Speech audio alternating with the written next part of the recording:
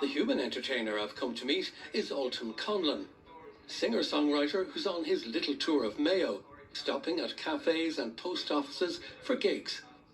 Mary Coughlin, who's a good friend of mine, and Mary has sang one of my songs before. We met for a coffee in a coffee shop in Overmore one day. Mary forgot her laptop and I brought it back to her in Athlone. And the girls behind the counter, of course, recognised Mary, so they wanted a photograph with her. But Mary said, "Oh, we'll do one better, we'll sing a song for you." So I had the guitar and the girls filmed us at the coffee table singing the song. Lover alone should hold me for the rest of my days. It went up online and kind of took off. It went pretty much kind of viral on Facebook. So all these people started saying, "Oh, I have a lovely coffee shop near me, would you play it?"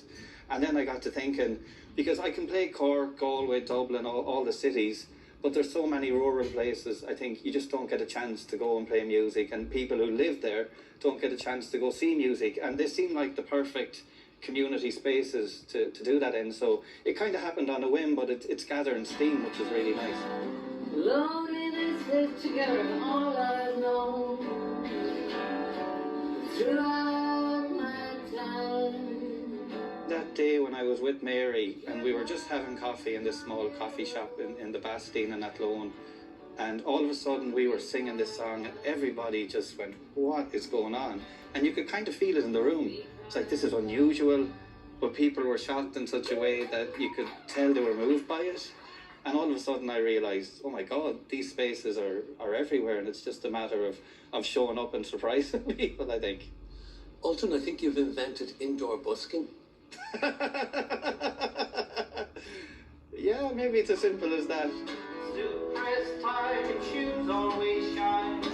Hair slick back, $1 million smile. Also not, he has it also not. I started writing songs when I was a teenager, and it still wasn't until I was in my early to mid-20s where I actually felt like validated, like, oh, I can actually do this. I always thought there must be more to writing songs. In a sense, I thought it couldn't be this easy. When you hear it on the radio and you're listening to U2 albums and all of that, everything seems so big. So I think I was in my kind of early mid-20s when I finally said, look, I can do this, and I made a career of it. Who's gonna sing the old songs? Who's gonna sing the old songs? Who's gonna dance the old steps when all the old timers are gone?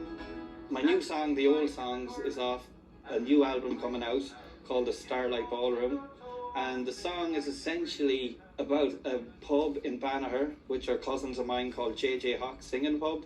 And when I was growing up, we used to go there and everybody get up and sing, and one minute the Fields of Athenry could be sang, the next minute somebody's singing Ave Maria. Like, everything was on the table, you could sing what you liked, and there was such a great atmosphere in the room, and all the hits were sang and catchy songs. And the song is essentially about them old times and them old classics, and will they live on, you know, who will sing them?